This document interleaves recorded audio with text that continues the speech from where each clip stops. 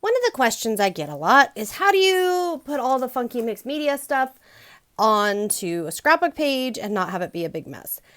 So first of all, let's start about talking what does mixed media mean? It literally is just referring to mixing and matching your mediums. So for example, excuse the crunches while I pull this out. I have a Christmas ornament here where I've combined ribbons and little bits and pieces and buttons and sequins, but also some sticker vinyl. This is mixed media. Anything can be mixed media if you're mixing and matching things that normally are not together. So I'll give you another example here. This is a mixed media stamped image because I have 3 or 4 different mediums that I have mixed together to create this. So the first thing I say, I point this out because I think it's really important that I realize that this look is the kind of a look a lot of people associate when they think mixed media scrapbooking, but there isn't a style, there isn't a look. And I believe that that's very important because I think that it's important to remember it is what you want it to be. It's just like saying scrapbooking. A scrapbook can look any way you happen to want it to look. So when it comes to doing this kind of stuff though, and not having it look like too much, how do you do that? Well, it's really up to you. This is an 8x8 piece of paper. I'm currently working on an 8x8 New York album. And there's Miss Rebecca in front of the poster wall in front of the theater. And I'm keeping this out. This is my inspiration since this is the playbill, and this cover will go on the opposite page with some ephemera. And then I have some Ink Road stamps here that they're bright pink because apparently I have stamped them with bright pink. So in looking at this was my original concept. This is just some ink smeared with the pink. You can see my ink pad lines, some of them, and then stenciled black ink onto here. There's nothing complicated about it. That's just all that is. So that's one look. Now I have been thinking about, and I like to sometimes, just test out ideas, thoughts, that kind of thing. I think I like this initially, but it's just a little much, and this is not a look that it's not quite controlled enough for me. So what I am thinking about doing is setting this up and then setting up a whole lot of stamps. I don't intend to journal on this, and the reason I don't intend to journal on this is because I intend to journal on another page because I have more pictures of this. I have pictures of Becca afterwards meeting a number of these performers. So I think that I would like to do my journaling on another page. And especially if I'm working on a small album like this, I like to go ahead and give myself permission to do that if I'm going to have multiple pages anyway. If I'm already going to be doing a number of things and there's no reason why I can't, then let's go for it. Let's have some fun. So what I'm doing here is I'm just kind of positioning these stamps around. I don't know that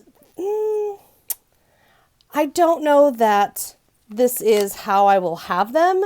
I don't know that I'll leave it this way, but I just think it's a fun idea to kind of set it out and see how it looks so that I can see if that's, if I like it, if that's going to work for me. I think it does though. I think I would rather have all of these stamped in kind of a design. Now you could do this in any way you wanted. You could go straight up and down, you could go around, but by laying it all out, I can kind of just get a visual. It would be black ink, but I could get a visual of what that would look like. And I think I like the idea of some stamps designed in here versus all that other stuff. Originally I had been thinking, and that's why I did it, oh, I want this and I want it to be splattery and messy and cool. Well, the thing of it is the photo has splattery, messy, and cool. So you go back and forth between this is a good look and this is too much. So I think if I do all of this in black ink, I think it would work, honestly, because most of that pink gets covered up.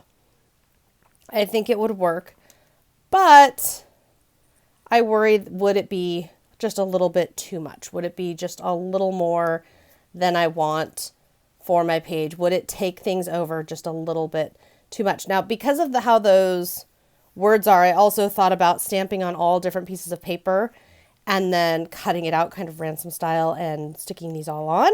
I thought that might be kind of fun. There's a lot of directions for sure that we can take this. I just feel, and the reason I'm filming this and talking to you about this, a lot of times what can happen with scrapbooking is people either don't just give themselves a minute to consider what might be good, or they get stuck in thinking, you know what, this is how it is, this is the style, and they force something that doesn't work for them. Or what can happen here, and what's happened here, this page has been on my desk for 2 months. I have a corner, and I'm going to move the camera here to show you. Up. Oh, come on, camera. Right over there. That's my projects in progress corner. And it has been sitting over there. Wait, we're now November? No, it has been sitting there for 3 months because I started and then I don't know. When you get like that, all that happens is nothing gets done. Now, what is the worst thing that happens if I hate my layout? Well, I can reprint this picture and do it over. That is the worst thing that happens. In other words, there's nothing terrible that can happen. So I am going to get a plain piece of paper because I think that's just a little much for what I want. And we're going to go ahead and get this going. I've just used archival ink to stamp one at a time my images. And then I put a little bit of pink on a couple of bits. My plan is to kind of, well, I don't really have a plan, but I'm kind of thinking adding some pen. I'm just using a micron pen because it is waterproof, it is acid-free, it is archival, so it's a really good choice for pen. And I'm just kind of thinking, like, draw some sketchy lines, add some little details, and just kind of have fun with the process here, getting this all set. And I don't think I want any other lines on the top just because there's a lot going on the top already. And then I'm thinking using a mist or paint or something to make a few little dots of color along this line. Now I'm going to leave this section and this section completely white, completely plain, because the thing about, and it doesn't matter if you're mixing and matching your mediums or not, the thing about going really intricate like this, you are going to want some white space. You're going to want to leave some areas alone and not mess with them because otherwise it just gets so cluttered that it's just too much. So my thought now is some embellishments and maybe a little bit of color. So let me gather those. So I've got a little bit of acrylic paint here and I'm going to test this out. I'm just going to kind of give it a squeeze here. And I was hoping to not have to put any, well, we can open up the bottle. Sometimes if I'm trying to use a very small amount, I try to not open up and set it on anything. So my thought was I could just kind of put some little teeny tiny bright pink dots. Now if you had some kind of spray mist, that would work really well.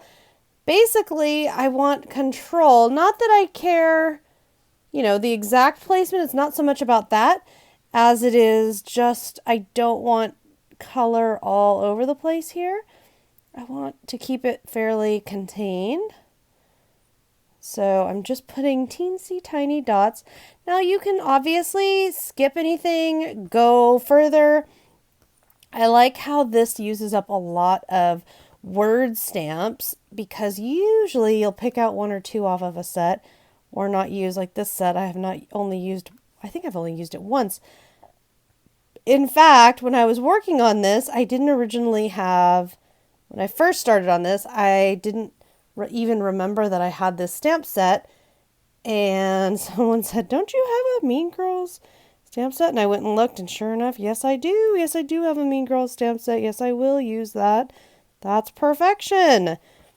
So sometimes delaying your projects can be good to a point because you remember that something can be used. You just want to make sure, and I'm not doing anything special, just paintbrush and paint, little dots.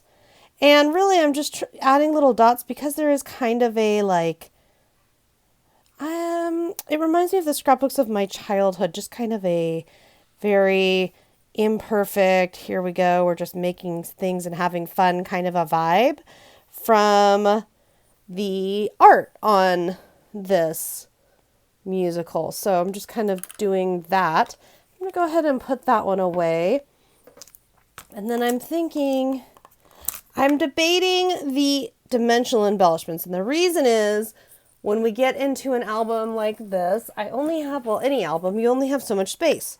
So you have to kind of pick and choose pages versus embellishments. Now I think I'll be okay to put a couple little ones on. So this is my PPA. That's the only liquid adhesive you really see me using because it just works so darn good and it's really just, it's great stuff. But I think I'm just going to stick to sequins because if I stick to sequins, they're basically flat. So I get the benefit of embellishments without the bulk, which I think is super fun.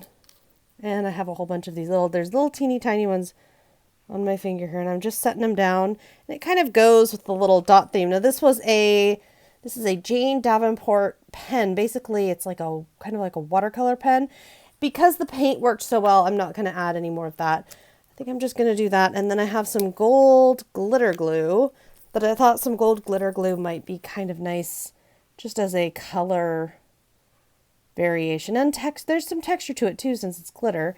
So I think I'll just go like so. So again, this is a mixed media page. Same as that. I mean, if you're mixing it, it's mixed media. You can make it look however you want and you can go as wild as you want or keep it really organized and tame. In fact, one of the things I've seen done, and I've done it myself, is you see how I put all of these stamps and collaged them together in a way? Do this on a smaller piece of paper and then die cut that paper. Maybe a heart shape would have worked, or we could have done a heart and then broke it in half.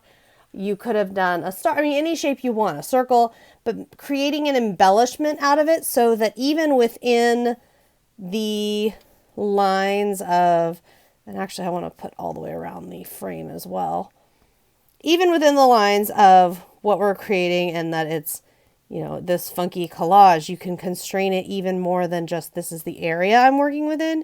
You could actually die cut it so that you really quite literally have, this is a very visual, here's the line, here's what I'm doing. So that's another thing you can do.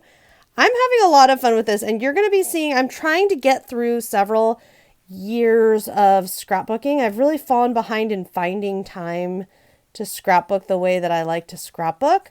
So and yes, I did add a few little doodles. I like that little crown doodle with some gold.